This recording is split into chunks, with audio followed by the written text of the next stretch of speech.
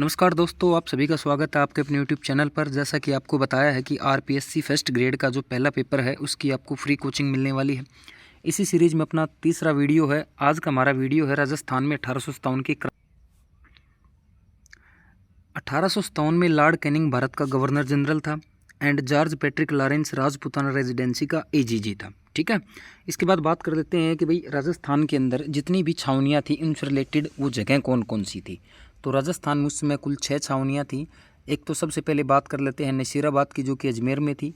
नीमच मध्य प्रदेश में। देखेंगे नीमच वैसे तो मध्य प्रदेश में, लेकिन इसका राजस्थान से डायरेक्ट कनेक्शन था। अभी कहाँ था, कैसे था, क्यों था, इसके बारे में भी बात करेंगे।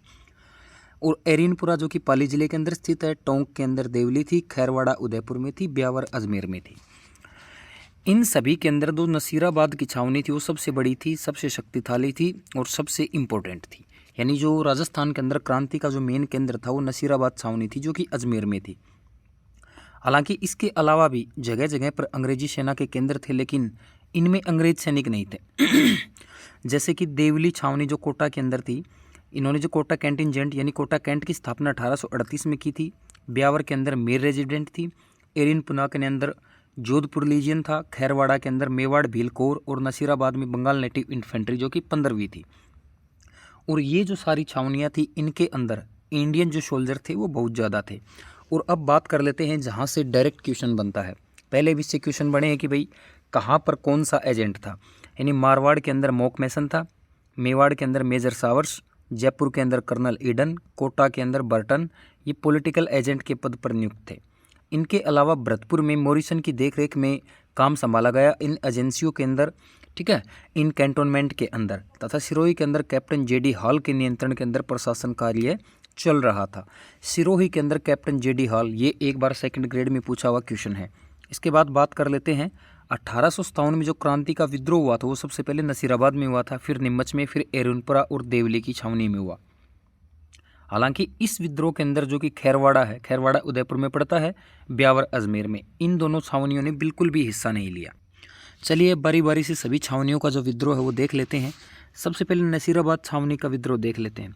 क्योंकि राजस्थान में विद्रोह की शुरुआत मेरठ छावनी में हुई विद्रोह जो कि 10 मई को हुआ था। उसके ठीक 18 दिन बाद, ये क्वेश्चन ध्यान रखेंगे कि भी नसीराबाद छावनी में विद्रोह कितने दिन बाद हुआ। सबसे पहले मेरठ में हुआ 10 मई को, जो कि जो तय तारीख थी उससे बहुत दिन पहले हो गया था। उसके ठीक 18 दिन बाद नसीराबाद की छावनी में 28 मई 1857 को हुआ। मैंने स्टार्टिंग में बताया था कि जो 15वीं बंगाल नेटिव इन्फेंट्री थे उसके अंदर जो इंडियन सोल्जर थे उनके द्वारा ये विद्रोह किया गया था। अजमेर राजस्थान में ब्रिटिश सत्ता का प्रमुख केंद्र था, ये बात भी मैं पहले बता चुका हूँ। तथा यहाँ पर स्थित 2 शास्त्रागार थे जहाँ पर हथियार व खजाना रखा जाता था। उसकी सुरक्षा का जिम्मा इसी इन्फेंट्री को था। लेकिन मेरठ में विद्रोह की सूचना इनको प्राप्त होती है 19 तारीख को, यानी 19 मई को। इसके बाद पैट्रिक लॉरेंस जो है वो 15वीं बंगाल बटालियन को नसीराबाद भेज देता है तथा ब्यावर अजमेर से 2 मेर बटालियन अजमेर की सुरक्षा हेतु बुला लेता है। इसके बाद 15वीं जो बंगाल नेटिव बटालियन है, इसके जो सैनिक है उसके अंदर असंतोष बढ़ने लगता है। ऐसा क्यों होता है? क्योंकि ये सोचते हैं कि इनको तो हमारे ऊपर विश्वास ही नहीं है। और इसी समय अंग्रेज सैनिक तथा बम्बई लांसर्स जो थे, जो ये दोनों बटालियन थी और इनके जो सैनिक थे, इनको नसीराबाद छावनी में पेट्रोलिंग के लिए भेज दिया जाता है। इसके फलस्वरूप नसीराबाद छावनी में 28 मई को 15वीं बंगाल नेटिव इन्फेंट्री के सैनिकों ने तोपखाना रेजिमेंट को अपनी तरफ मिला लिया होता है। उसके बाद ये विद्रोह कर देते हैं तथा 30 मई को जो पैदल सैनिक होते हैं उनकी जो रेजिमेंट है वो 30वीं नेटिव इन्फेंट्री के साथ मिल जाते हैं तथा विद्रोही सैनिक जो होते हैं वो छावनी को लूट खसोट करके पूरी तरह से तहस नहस कर देते हैं। उसके बाद वो दिल्ली चले जाते हैं। इसके बाद बात कर लेते हैं नीमच, जो कि मध्य प्रदेश में था। हालांकि देखा जाए तो नीमच मध्य प्रदेश में है, तो राजस्थान से इसके बारे में कुछ खास लेना देना नहीं है। लेकिन फिर भी यदि बात की जाती है तो इसका सीधा संबंध राजस्थान में जो क्रांति होती है मेरठ के बाद उससे होता है। कैसे होता है देखेंगे। नसीराबाद में जो क्रांति की सूचना मिलती है, ये मिलती है कर्नल एबेट को। तो उसने अपने जो सभी भारतीय सैनिक हैं उनको इकट्ठा करके स्वामी भक्ति की शपथ दिलवाता है कि भाई आप बिल्कुल भी क्रांति नहीं करोगे। लेकिन भारतीय जो सैनिक थे वो नाराज़ थे, उनके अंदर असंतोष था। और इसी असंतोष को लेकर के जो घुड़सवार रेजिमेंट होती है घोड़ों वाली, उसका जो सैनिक था जिसका नाम मोहम्मद अली बेग था, उसने एबोट को चैलेंज दे करके कहा कि भाई अंग्रेज़ों ने अपनी शपथ भंग की है तो हम भी इस शपथ को मानने के लिए बाध्य नहीं है। तो ये पूछा जा सकता है कि भाई ये जो कोटेशन थी ये बात किसने कही थी? मोहम्मद अली बेग ने की थी। और 3 जून 1857 को ही नीमच के जो सैनिक होते हैं वो सभी हीरा सिंह नाम के व्यक्ति के नेतृत्व में विद्रोह करते हैं। यानी ये क्वेश्चन बहुत इंपॉर्टेंट है कि भाई नीमच के अंदर जो विद्रोह हुआ था 1857 की क्रांति का, वो किसके नेतृत्व में हुआ था? वो हुआ था हीरा सिंह के नेतृत्व में। और नीमच से कुछ जो भागे हुए जो सैनिक होते हैं, अंग्रेजों को डुंगाला गांव जो चित्तौड़गढ़ है उसका एक किसान होता है रुंगाराम, वो उनको शरण देता है। यानी नीमच से भागे हुए सैनिकों को शरण देता है डुंगाला गांव चित्तौड़गढ़ का एक किसान रुंगाराम। और ये सूचना मिलने पर मेवाड़ का जो पॉलिटिकल एजेंट मेजर सावर्स होता है उन्हें उदयपुर ले आता है, जहाँ पर महाराणा स्वरूप सिंह उनका स्वागत करता है और पिछोला झील के पास ही जग मंदिर जो महल है उनके अंदर उनको स्टे करवाता है। देखेंगे इससे आपको 2-3 क्वेश्चन पता चलते हैं कि भाई पिछोला झील के पास जग मंदिर महल और साथ के अंदर कौन से गांव का किसान था? डुंगाला गांव का। कहाँ पड़ता है? चित्तौड़गढ़ में। क्या नाम था किसान का? रुंगाराम। और नीमच के अंदर विद्रोह किया था किसने? सैनिकों ने। किसके नेतृत्व में? हीरा सिंह के नेतृत्व में। नीमच के अंदर विद्रोह कब हुआ था? 3 जून 1857 को। आगे देखते हैं देवली टोंक। हालांकि देवली टोंक का ज़्यादा कुछ रोल नहीं था, इसकी 2 या 3 लाइनें ही हैं, लेकिन फिर भी आप देखेंगे नीमच की सेना जो होती है निमबेड़ा से होती हुई जहाजपुर जाती है, वहाँ से फिर वो देवली पहुँचती तथा देवली छावनी में आग लगा दी जाती है उनके द्वारा। टोंक की सेना का जो अधिकांश जो हिस्सा होता है वो विद्रोहियों से मिल जाता है। यहाँ पर मीर आलम खान के नेतृत्व में जून 1857 में विद्रोह होता है। आप ये ध्यान रखेंगे कि भाई देवली जो कि टोंक के अंदर है, किसके नेतृत्व में वहाँ पर विद्रोह होता है? वो होता है मीर आलम खान के नेतृत्व में। अब आगे देखेंगे। इसके बाद हम बात कर लेते हैं एरिनपुरा छावनी के अंदर विद्रोह। 1835 में जोधपुर लीजियन जो गठित होती है उसको एरिनपुरा छावनी के अंदर रखा जाता है। यानी एरिनपुरा छावनी एक कैंट एरिया था, जैसे दिल्ली कैंट आज भी है, अम्बाड़ा छावनी है आपकी, उधर भी राजस्थान में भी है। तो इसके अंदर जोधपुर लीजियन को रखा जाता है, बटालियन होती है जोधपुर लीजियन, ठीक है। अगस्त 1857 के अंदर जोधपुर लीजियन बटालियन को आबू में हुए विद्रोह को दबाने के लिए भेजा जाता है, ठीक है। और जोधपुर लीजियन की ये जो टुकड़ी होती है, बटालियन होती है, इसके अंदर 3 जो होते हैं वीर होते हैं। एक तो दफेकार मोती खान, सूबेदार शीतल प्रसाद एवं तिलक राम। ये बहुत ही इंपॉर्टेंट नाम है, आपने याद रखने हैं कौन कौन थे? दफेदार मोती खान, सूबेदार शीतल प्रसाद एवं तिलक राम। इनके नेतृत्व में 21 अगस्त 1857 को आबू के अंदर जो विद्रोह है वो कर दिया जाता है तथा इसके बाद वे एरिनपुरा आते हैं और तथा छावनी को लूट करके चल जाते हैं तथा दिल्ली चलो और मारो फिरंगी को नारा लगाते हुए दिल्ली की ओर बढ़ जाते हैं। तब ये क्रांतिकारी औवा पहुँचते हैं। तो औवा का जो ठाकुर होता है खुशहाल सिंह, उन्हें अपना नेतृत्व प्रदान करता है। यानी यहाँ पर जो ठाकुर खुशहाल सिंह है, औवा का ठाकुर बोलते हैं इसको, इनको अपना नेतृत्व देता है, अपना साथ इनको देता है। इसके बाद बात कर लेते हैं बिठेड़ा का युद्ध, जो कि 8 सितंबर 1857 को होता है। पाली के पास ही में एक जगह है बिठेड़ा, जहाँ पर जोधपुर के महाराजा तख्त सिंह तथा कैप्टन हीथकोट को अपनी सेना को खुशहाल सिंह के नेतृत्व में क्रांतिकारियों ने पराजित किया, ठीक है। यानी खुशहाल सिंह जो है औवा का ठाकुर, उसने कैप्टन हीथकोट की सेना को हरा देता है। वो क्रांतिकारियों ने जोधपुर के सेनापति अनार सिंह को मार दिया जाता है। जो क्रांतिकारी होते हैं जोधपुर के जो महाराजा होते हैं तख्त सिंह, उनका जो सेनापति है अनार सिंह, उसको वो मार देता है। इंपॉर्टेंट बात है, याद रखेंगे। बिठेड़ा युद्ध के हार के बाद जो एजीजी पैट्रिक लॉरेंस होता है खुद आता है सेना लग करके औवा गांव के अंदर। फिर 18 सितंबर को वो क्या करता है कि चेलावास नाम के स्थान पर आता है, वहाँ पर लॉरेंस की हार होती है। इस युद्ध को गोरा काला का युद्ध भी कहते हैं। तथा इसके बाद क्या होता है, जो क्रांतिकारी होते हैं वो जोधपुर का जो पॉलिटिकल एजेंट होता है मोक मैसन, उसका सर वो काट देते हैं तथा औवा के किले के ऊपर लटका देते हैं। इसके बाद क्या होता है, गवर्नर जनरल जो कैनिंग होता है उसने कर्नल होम्स की अगुवाई के अंदर एक सेना औवा भेजता है वो, तथा 20 जनवरी 1858 को औवा पर अंग्रेजों का पूरी तरह से अधिकार हो जाता है। इसके बाद जो क्रांतिकारियों का नेतृत्व करता होता है, नेता होता है ठाकुर खुशहाल सिंह, वो मारवाड़ के अंदर लूटपाट करता हुआ होता है तथा मेवाड़ चला जाता है। उसके बाद कोठरिया के रावत जोध सिंह के यहाँ शरण ले लेता है। ये बहुत अच्छा क्वेश्चन है कि भाई लूटपाट करने के बाद, क्रांति के बाद जो ठाकुर होता है वो कहाँ शरण लेता है, तो वो शरण ले लेता है कोठरिया का जो रावत होता है जोध सिंह, उसके यहाँ पर। उसके बाद क्या होता है, लास्ट के अंदर जो ठाकुर खुशहाल सिंह होता है 8 अगस्त 1860 को नीमच मध्य प्रदेश के अंदर अंग्रेजों के सामने घुटने टेक देता है, आत्मसमर्पण कर देता है। इसके बाद 10 नवंबर 1860 को मेजर टेलर की अध्यक्षता के अंदर एक जांच आयोग बैठता है तथा वहां पर कोई भी इनके खिलाफ गवाही नहीं देता, जिसके अभाव के अंदर इनको मुक्त कर दिया जाता है, इनको कोई सज़ा नहीं होती। इसके बाद बात कर लेते हैं कोटा के अंदर विद्रोह। कोटा के अंदर जो विद्रोह होता है उसका जो पॉलिटिकल एजेंट है वो बर्टन था। देखो, टै से कोटा और टै से ही बर्टन, ये ऐसे याद रह जाएगा।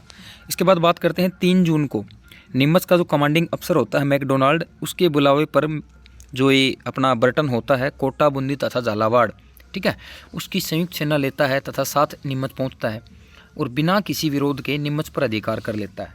यानी बात करते हैं तो जो बर्टन होता है वो कोटा, बूंदी, झालावाड़ की संयुक्त सेना लेकर जाता है और फिर वहाँ पर नीमच पर अधिकार करता है। उसके बाद 12 अक्टूबर को ब्रिटेन वापस कोटा पहुंचता है तथा 14 अक्टूबर को ब्रिटेन ने महाराज राम सिंह जो होता है उसका जो वहाँ पर महाराजा जो महाराव होता है राम सिंह, उसके जो विश्वास पात्र सेनानायक होते हैं जयदयाल तथा मेहराब खान, उनको दंडित करने की सलाह देता है कि भाई आप इनको सजा दो तो ही लोगों को पता चलेगा कि भाई हमारे साथ इस प्रकार से करने से क्या हो सकता है, क्योंकि वे लोगों की क्रांति की भावनाएं भर रहे थे लोगों के अंदर, उनको बिल्कुल ही प्रोत्साहित कर रहे थे। इसके कारण 15 अक्टूबर को कोटा की सेना होती है तथा जनता ने मेहराब खान व जयदयाल खान के नेतृत्व में विद्रोह कर दिया तथा महाराव राम सिंह को महल में नज़रबंद कर दिया गया। इसके कारण 15 अक्टूबर को जो विद्रोही होते हैं उन्होंने मेजर बर्टन तथा उसके बेटे डॉक्टर सैडलर काटम की हत्या कर दी। इसके बाद बर्टन का सर होता है वो काट करके वो पूरे कोटा शहर के अंदर घुमाते हैं। 30 और 31 मार्च को मेजर जनरल रॉबर्ट्स के नेतृत्व के अंदर अंग्रेजी सेना कोटा पर अधिकार कर लेती है। विद्रोहियों का नेता यहाँ पर कोटा के अंदर कौन होता है? मोहम्मद खान, अंबर खान तथा गुल महमूद खान इस युद्ध के अंदर मारे जाते हैं तथा जयदयाल व मेहराब खान को फांसी दे दी जाती है। तो जो कोटा से विद्रोह करने वाले जयदयाल व मेहराब खान जो कि 2 सेनानायक और वीर थे, इनको यहाँ पर फांसी दे दी जाती है।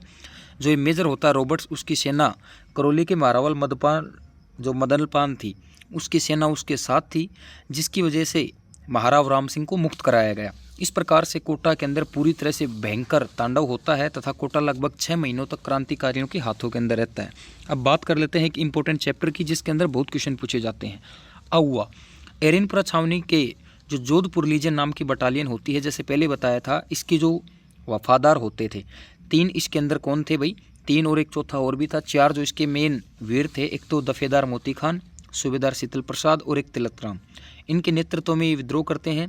जोधपुर लीजन के जो विद्रोही सैनिक होते हैं वो खरवा नामक स्थान पर जो अहुआ ठाकुर कुशाल सिंह है जो कि चंपावत गोत्र के थे, उनसे ये भेंट करते हैं।